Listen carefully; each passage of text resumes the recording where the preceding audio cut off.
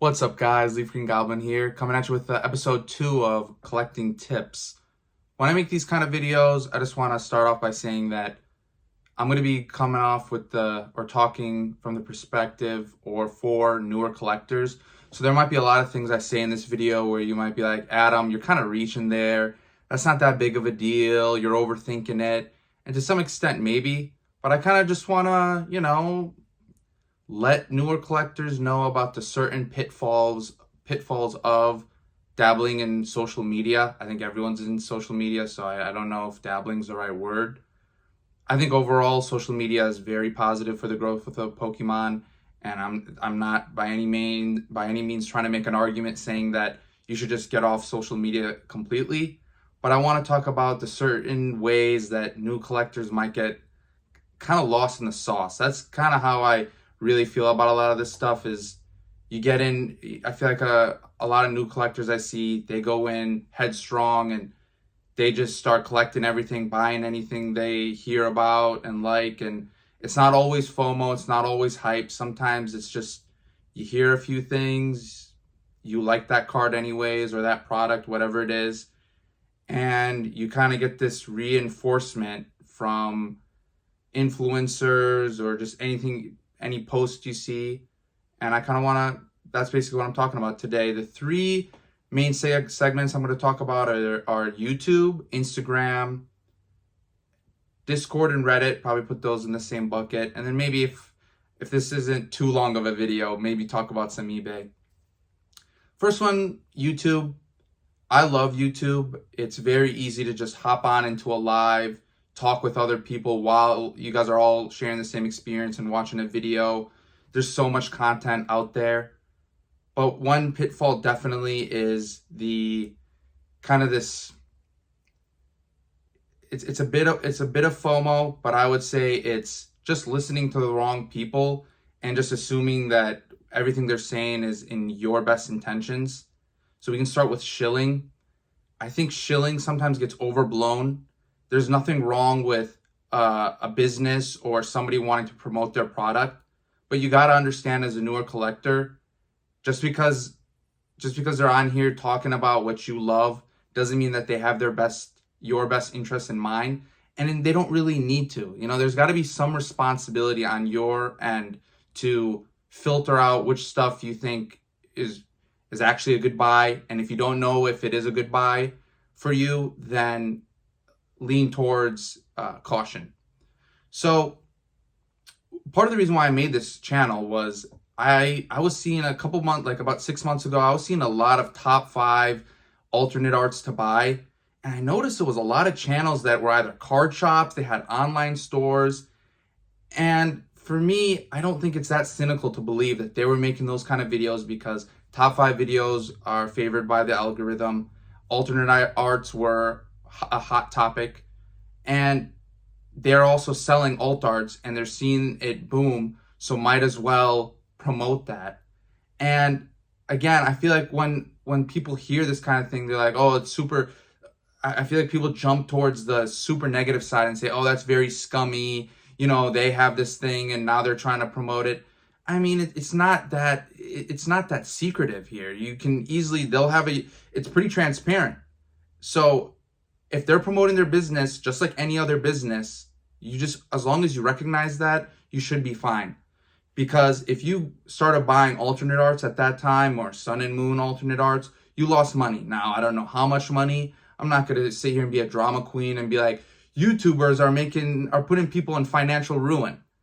Again, there's got to be some responsibility on the collector themselves.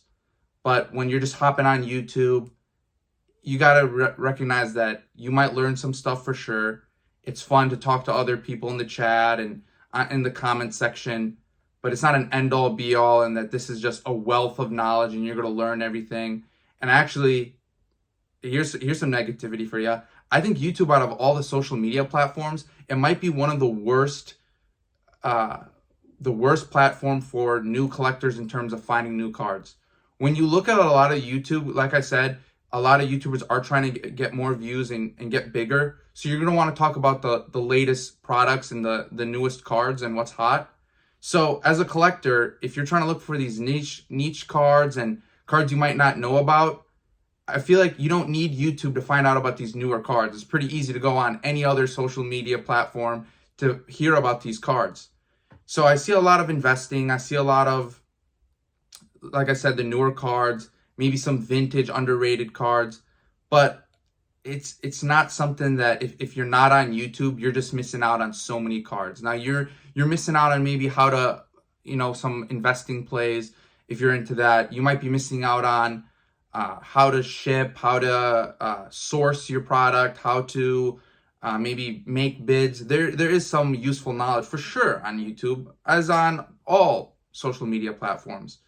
But this is what I mean by getting lost in the sauce, is that you hop on there and you really just want to learn about some new cards, and you just get inundated and flooded with all these buy this, buy that, and you go from somebody who's just gonna start slow and buy a new card. You start out pretty innocent and you were just trying to buy a few cards here or there. Next thing you know, you're all of a sudden a sealed product investor. You're all of a sudden buying these cards that you're being told are great deals. And while they might be great deals, whether or not it is, were those the cards that if you had just organically just, let's say there was no social media and you were just Googling cards, were those the cards that you would have ever bought? Or would those be the first cards you ever bought? Or was it kind of just a little bit of a herd mentality? Yeah, that's definitely a pitfall. And I do want to say something. This is it's not a hot take, but I hear this a lot, that these smaller YouTube channels these smaller YouTube channels, they're always it's just for like a small group of the community here. It's only for the more seasoned collectors. And when I'm saying this thing, I know that you're not a new collector because you've somehow found this channel. And I think that's a big fallacy, especially with a lot of these smaller channels doing live streams. I don't know much about the YouTube algorithm, but I do know that live streams do get pushed and are more favored in the algorithm. For example, I'm really into fantasy football. If I YouTube like an injury status of a certain player, later that week I'll get recommended a live stream of this podcast or whatever with 600 subscribers on of talking about the team of that said player. So, and another example, when I first got into the Pokemon, really started watching Pokemon YouTube stuff, it was about 2 years ago. I had watched maybe a little bit of Twice Baked Jake, and within within a couple weeks, a couple months, I got recommended Pokenomics channel, which at the time only had like 4,000 or 5,000 subscribers. If you guys don't know what Pokenomics is, it's a YouTube channel that talks about markets, and so it's a market discussion / investing channel. So this idea that newer collectors cannot find these smaller channels is a bit ludicrous, and I definitely the comment section sometimes prove otherwise. All the time when I'm in these live chats, I hear, "Hey, I just got back into Pokemon. I found this channel recently." Well, doesn't seem like this guy's, or whoever this is a very seasoned collector, and all of a sudden they're on this channel that's talking about Chinese Pokemon speculation, or I don't know, just in investing in general, or new cards that somebody is buying to flip. So you see what I'm saying? Even if somebody's not, let's take the money out of it, for example.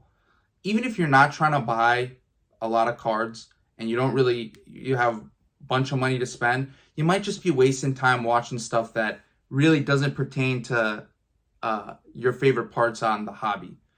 I love talking to people in the chats, and I love, I work remote and just putting a live stream in the background. But it kind of got to a point where I was like, everything I'm watching, it's not about the cards I like. It's not about collecting. It's mostly about what's new in the YouTube, like in the Pokemon space. It's like a mixture of Pokemon news, drama, flipping, investing. And I kept watching it because when I went to the bigger YouTube channels, it's buying ripping packs and box breaks, and I'm not really interested in that either. So I was just kind of watching it because it's Pokemon. So you got to be careful with that. You can love Pokemon, but I'm just warning you, you could get burned out. I've never gotten burnt out before in Pokemon until I was just in Discord, YouTube, watching eBay all the time, going on my Instagram, and even though I'm following just a few people, I'm just every day just seeing new card pickups and other cards in the hobby. And I guess that's to segue to the next platform, Instagram. Instagram is really nice for, you don't need to spend 20 minutes on a video. It's very easy. You're just scrolling and you get to see probably way more cards. I think it's one of the best platforms for finding out about new cards. The problem with Instagram, and might be a hot take, I don't know, maybe the most controversial part of this video, who knows, don't care, is that the flex culture can be pretty negative, and I think it's more negative than positive. I think it's very nice to see a lot of cards that you might not know about, but all it takes is following 2 or 3 of these Instagram pages that have a lot of money to blow on cards, and you'll see in their bio they say, I'm here to share my collection. And you could just, the pitfalls is you start feeling a little jealousy. You start maybe not feeling as great about your collection. You start let's say you want to just take a little bit of break in Pokemon, and this person here is posting every single day $1,000 cards, the new, like a case of the new set, booster boxes, whatever, you name it. And it's just, I think probably more than the whole feeling bad about your collection here, it's mostly just, I think it's the fastest way to burn out. Because on YouTube, you might just not have time to watch these live streams or even a 10, 15-minute video. You're so busy after work. You don't work remote like me, whatever. But this Instagram, all you got to do is follow a few of these people, and you're just getting smacked with all these cards. And like I said, this organic, I wish I could go back to the days where I'm finding out about cards almost every other day, and sometimes I got to do a deep dive by myself on YouTube, on Google, and just looking through set lists and finding a card, and then going on eBay, seeing how much it costs. That's really fun. And I'm thankful that I still find cards like that. I'm not saying that I know every single card now, but I feel like on Instagram, it takes away all the fun of that. If you follow the right Instagram pages, obviously some of them are always just posting the new Charizard or whatever, you'll probably find out 80-90% of Pokemon cards in probably a couple of months by just following a few of these pages. And so I'm not going to sit here and say that Instagram is, there's not as much of like a falling into like a influencer or herd mentality on Instagram than on YouTube, because I don't really see the investor space pushed as much on Instagram than on YouTube, for example. Instagram is just more of, you buy a card, you really like it, and you're kind of you'd be way more satisfied with it if you weren't hopping on Instagram real quick, and you're seeing 50 cards in your face that are more valuable, or cards that are on your wish list. That's just, I guess that's kind of the nature of any social media, but that's probably the main negative on Instagram for me. Third one is Discord and Reddit. So kind of these commentary, discussion platforms. This one is kind of like, it's a little bit like Instagram, but it's more just talking. I remember I was in just 1 or 2 Discords and on just 1 or 2 Reddit pages, and I left the notifications on, and it's just constant barrage of Pokemon this, Pokemon that, and I love Pokemon, but I'll be honest with you, 70%, 80% of that stuff I did not care about. And like I said, it's hard to take a break with it when you have those notifications on. It's a lot easier to get burnt out in a hobby where, there's so much things that you can fall in love with in Pokemon. And it doesn't matter. I've noticed this. It doesn't matter if you're in a niche part of the hobby. It doesn't matter if you're in the mainstream part of the hobby. People more or less are talking about similar things. Van Gogh, everybody was talking about that. Okay, yeah, Unagabas. Okay, on the investor or flipping side, people were talking about sourcing it. But if you went on a Reddit page, people were still posting sets of Unagabas. Same thing with the Sun and Moon alt arts or waifus, whatever. Whether it's the Poke investing, Reddit, regular Pokemon TCG Reddit subreddit. I'm on a investing Discord, a non-investing Discord. You're just always getting thrown in the middle of that when really it's Pokemon goes from being this is how easy Pokemon can go from being a very fun hobby that you're really into to being an obsession / turned bore turned this is a bit much. Last but not least, we'll go with eBay. eBay is dangerous because it's Instagram, but hey, here's where you can buy it right now.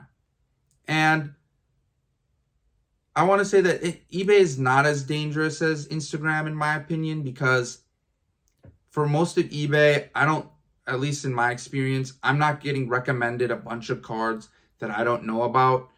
It's very, when a card gets recommended to you, it's very similar to whatever you're searching in my personal experience. So it's not like Instagram where if you're a new collector, you're getting exposed to all these new cards and you're just and now you got 20 new favorite cards and you don't really know how much you like them, but you just want to, now all of a sudden you're picking which ones you want to buy and you haven't really put much thought into it because you've just been exposed to it like a week or so ago. Whereas on eBay, most likely you add something to a watch list, you see where it goes, you're comparing prices. So I don't really think eBay is that negative. eBay is it's the whole notification thing. Again, when you add a bunch of stuff to your watch list and you get so-and-so's ending, this auction's ending in 15 minutes and it's just every single day. You're going to spend a lot more money. Even the most controlled people, you're going to really spend a lot more money than you normally would. And that, I think, you can say that about several social media platforms. And I guess to kind of, I've been jumping around a little, but to kind of sum it all up here with all these platforms, the positives are huge. Being able to connect with people all around the world and different collections and what are different people collecting, it's really just, it's a wealth of knowledge and it's very, I think, beneficial to the growth and the future of Pokemon. But when you start adding all these things up, FOMO, getting burnt out, listening to the wrong people, that they're not evil. There's nothing wrong with promoting your stuff. But you start listening to a few of these people and 6 months in, you're like, I came in, I wanted to just finish like a Hidden Fates set. Now I have Hidden Fates tins. I have a whole set of alt arts because somebody told me it was a good buy and I thought it was cool art and I lost some money on that. I'm out. This is, when I hear myself talking about this, I'm like, a lot of this stuff, it's not terrible. I'm not trying to make people panic and make this be a very negative video. It's just that for newer collectors, common sense for more experienced people in this hobby, it's not as common for them. And I'm not calling them idiots because at the beginning of the video, I said, part of this is on you. You gotta be diligent. And when you buy any card, go into the shilling and shill bidding, do your own research. It's just a quick Google, quick eBay search to look at past purchases. But, I could see something, for example, Unagabas. I don't think that was a very dangerous thing. I don't know who's going to buy all, Unagabas were never like $500 for a card or for a pack. So I just use the Unagaba example because I could very easily see somebody coming from a different hobby and being like, well, it's a Japanese exclusive. It's a collaboration with an artist. It's art of favorite like a very popular Pokemon. And it's still pretty affordable here. Something as small as that, you would have lost money on. So think about Sun and Moon alt arts. Old Maid cards was a thing. these little bit of niche things, you start adding them all up, you can lose a lot of money. And it's not, like I said, it's not financial ruin. It's just, if you think I'm focusing too much on the money, then just think about the time you're spending in Pokemon and how much of it is really what you want to watch and get involved into. There's so many things that so many things in Pokemon that you could spend your time and money on. Sometimes take a step back and think, is this really what I want to spend my time on? And is this really something that I think is gonna, how much fun am I having in this hobby? Because when I hear people get burnt out, I've heard channels talk about this, and I'm thinking, I'm in Pokemon almost my entire life, and I've never got burnt out. I don't know what they're talking about here. Until about these past few months, I'm like, man, these live streams are getting a little stale. This Discord, it says over, and I'm just all these notifications from all three, like Reddit, Instagram, YouTube. It's all of a sudden I want to take a break from Pokemon. So if I'm feeling like that, I just wonder what a newer collector that has no nostalgia towards Pokemon, they just got into the hobby, they might get sick of this kind of stuff. So yeah, guys, I thought this video was going to be a little bit longer. Kind of went on a little rant there. If you guys have any thoughts about this, please let me know in the comments. This is another topic that I think it's very interesting because, well, I think that, obviously I made this video because I think, even if only 1 or 2 new collectors watch this, I think this is very beneficial to them in the long run. I do think sometimes with these videos, they're trying to put like panic, and they're trying to say that, when I say shill, that these, people are talking about these YouTubers like they're super scummy and they have these bad intentions and they're trying to screw everybody over, or these investment people, they don't believe in what they're talking about. They just want you to buy stuff, and they're just promoting buying like their product. And as far as maybe, or Discord, you're listening to these self-proclaimed gurus, whatever. I think that's a whole lot of nonsense. I think as long as people are aware of some of the pitfalls, this stuff isn't that big of a deal.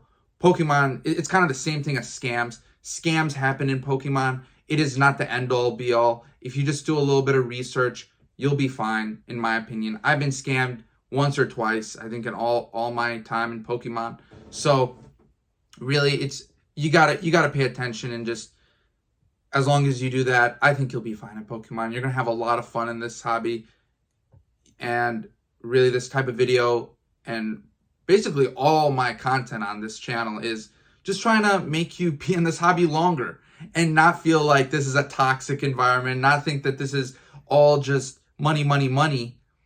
There's a lot of things in Pokemon that you can fall in love with, and I'm rambling a bit here, but I guess I do want to add another point. Like, for example, the investing. When I found out about investing spaces in Pokemon, I've never been an investor in Pokemon. I bought a few things here and there that I think could go up in time. But I was so into it because it was so cool just to see a more mature part of the hobby, just talking about stuff that isn't just opening packs or the newest thing that's happening in Pokemon, like the new set, and just talking about like the just review, Pokemon news, stuff besides Pokemon news and pack openings. It was really cool, but again, social media, it just it becomes a snowball effect, and all of a sudden I'm like, well, hold on here. I want to watch more stuff about collecting, and if it's not on YouTube, maybe I should just do some research and just read some articles or whatever, because all I'm watching here is hours and hours on investing. And sure, I like talking in the chat, but is this really the best way for me to interact with the hobby? So yeah, guys, take care, everybody. Peace out.